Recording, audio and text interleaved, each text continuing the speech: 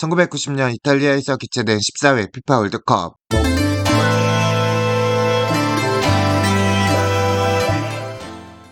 축구 경기적인 차원에서라면 당시 소위 사카이즘이라 불린 수비 위주의 축구가 극에 달한 대회였다. 당시에만 해도 수비수들은 도살자, 살인마 같은 별명을 갖게 되는 것을 명예롭다고 생각하던 시기였으며 어지간한 백태클 푹 한번 담가줘도 옐로카드는커녕 구도주의만 받고 끝나던 시절이었다. 주요 리그에서도 열 몇 골 넣으면 득점왕 한 번 넘볼 수 있기도 했다. 그래서 최악의 득점난을 가져온 대회가 되었다. 축구의 비주류로 여겨지던 아프리카 대륙의 카메룬이 돌풍을 일으키며 큰 주목을 받았다. 이 대회에서 카메룬의 활약으로 아프리카 출전국 수가 증가하고 아프리카 선수들의 유럽 리그 진출이 본격화되는 등 큰 변화를 이끌었다. 24강 비조는 이번 대회 공인 죽음의 조였다. 대회가 시작되기 전까지는 디펜딩 챔피언이다 여전히 건재한 마라도나의 아르헨티나, 그리고 1988 서울올림픽 금메달 및 여기 이후로 1988 준우승에 빛나는 소련이 유력한 16강 후보로 점쳐졌고 20년 만에 본선에 올라온 루마니아가 조 3위 자리에서 그나마 16강을 노려볼 수 있을 것이란 전망이 많았다. 특히 아르헨티나는 당시 이탈리아 소독과 함께 우승후보 1순위, 소련은 4강까지 무난하게 올라갈 수 있는 국가로 꼽혔다. 그러나 첫 경기부터 디펜딩 챔피언 아르헨티나가 카메룬의 0대1로 패하며 검은 돌풍이 시작되었다. 카메룬은 동유럽의 다크호스 루마니아까지 격파하여 결사적이었던 소련의 0대4로 대패하고도 2승 1패로 조 1위를 차지했다. 아르헨티나는 이후 소련을 이기고 루마니아에 비기며 간신히 1승 1무 1패, 루마니아도 소련을 잡으며 같은 1승 1무 1패가 되었으나 다득점에서 루마니아가 2위, 아르헨티나가 3위가 되었다. 무승부만 아니었으며 골득실로 승부를 겨루려던 소련은 마지막 경기에서 카메룬에게 한 골도 내주지 않으며 4골을 뽑아냈으나 1승 2패 승점 2점 조 4위로 16강 진출에 실패하며 전체 17위를 차지, 소련으로서의 마지막 대회를 초라하게 마무리했다. 카메룬, 루마니아는 아르헨티나, 소련, 카메룬이라는 메비우스의 띠가 탄생했다. 24강 2조는 스페인이 2승 1무, 벨기에가 2승 1패를 거두며 1, 2위를 차지했고 펠레가 우승 후보로 지목한 우루과이는 스페인과 무승부를 거뒀으나 벨기에 1대3으로 완패했다. 1무 1패로 탈락 위기에서 대한민국과의 마지막 3차전 후반 45분에 어느정도 오심덕을 본 극적인 결승골로 1승 1무 1패가 되었다. 대한민국은 8강도 가능하다는 엄프를 하다가 벨기에전에서 0대2, 스페인전에서 1대4, 우루과이전에서 0대1로 지는 바람에 결과적으로 3전 3패 1득점 6실점으로 전패를 당했다. 그나마 미드필더 홍보관이 스페인전에서 114km 대포할 슛으로 한 골을 넣어서 스페인과 역사적 첫 경기에서 첫 골을 기록하였고 무득점 전패는 면했다. 참고로 스페인의 미첼은 무려 4골을 뽑아냈는데 그중 3골이 한국에서의 해트트릭이었다. 한편 우루과이전에서 막판에 터진 다니엘 폰세카의 결승골이 명백한 오프사이드였던 상황에서 당시 주심인 툴리오 라네세가 이를 무시하고 득점으로 인정해버리는 어처구니없는 일을 저지르기도 했다. 만일 제대로 오프사이드로 판정하여 0대0으로 비겼더라면 대한민국은 지난 대회와 마찬가지로 승점 1점 1무 2패를 기록했을 것이다. 한국은 1990년 월드컵 아시아 예선에서 이란과 당시 아시아 강호였던 쿠웨이트가 조기 탈락하는 이변이 발생한다. 쿠웨이트와 이란은 각 아랍에미리트와 중국에게 골택실에 밀리며 탈락하게 되고 일본마저 북한에 0대2로 패하면서 조기 탈락하게 된다. 대한민국은 말레이시아, 싱가포르, 네팔, 인도와 조평성이 되어 그야말로 최상의 조에 편성되었다. 당연 1차 예선에서 대한민국은 전승을 찍어버렸고 최종 예선에 진출한다. 아시아 최종 예선에서 대한민국, 아랍에미리트, 중국, 사우디, 카타르, 북한이 진출했는데 대한민국은 3승 2무의 성적으로 아시아 예선 우승하여 아시아 1위로 24강 본선에 오르게 된다.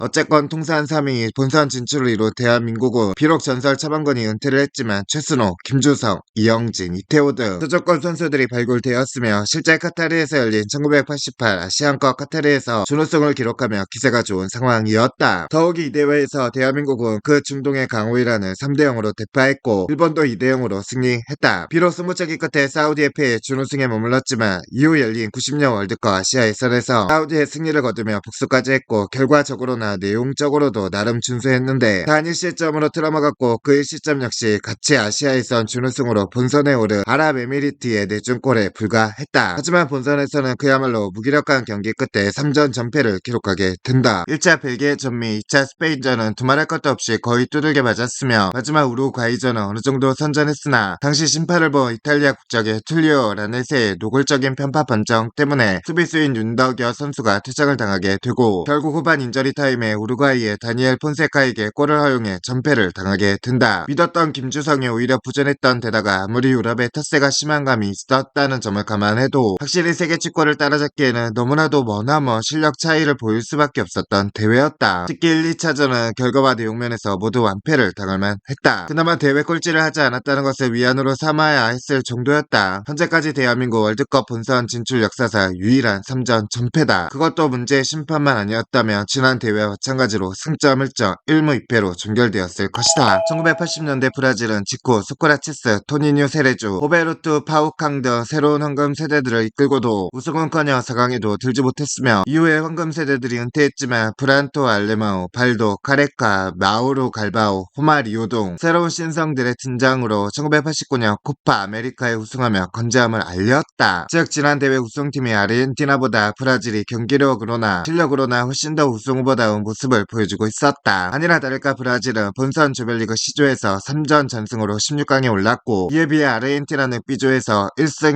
1패 승점이 같은 루마니아의 꼴등실에서 밀리며 조 3위로 추락 간신히 16강에 합류하였다. 그리고 운명의 장난일까 브라질과 아르헨티나가 16강에서부터 조우하게 된다. 경기는 그야말로 브라질의 가패 3기로 아르헨티나를 압박하고 있었으며 바우두, 카레카, 물레르 등의 융단 폭격으로 아르헨 골문을 두들기고 있었다. 그나마 아르헨티나는 고이 코체아의 신들린 선방과 골대로 인해 0대0 상황을 끌어가고 있었을 뿐이다. 후반에도 브라질의 일방적인 페이스로 경기가 흘러갔지만 후반 중반 아르헨티나의 브루차가의 중거리 슛을 시작으로 아르헨티나의 경기력이 서서히 살아났고 특히 전반에 불안한 모습을 보인 아르헨티나 수비수의 로제리는 후반 중반을 이유로 물레르와 카레카를 잘 막아내면서 점점 브라질을 초조하게 만들었다. 그리고 운명의 후반 36분 하프라인부터 치고 오는 마라도나의 번뜩이는 드리블에 5명이나 자리를 지키던 브라질 수비수들은 마라도나만 바라보며 뒷공간을 파고 들어가는 아르헨티나 스트라이커인 카니자를 완전 방치해버렸고 마라도나는 그런 무방비 상태인 카니자에게 공을 전달했으며 카니자는 가볍게 골키퍼를 제치고 이 경기의 선제골이자 결승골을 뽑아내었다. 브라질이 수차례 유효슈팅에도 뚫리지 않는 아르헨티나 골문을 아르헨티나는 단 2차례 기회만에 뚫어냈으니 파사한 공세를 퍼붓던 브라질 선수들은 심하게 동요하였다. 설상가상으로 이제까지 아르헨티나의 공격을 잘 막아낸 리카르도 고메스는 이 한방에 이성을 이루며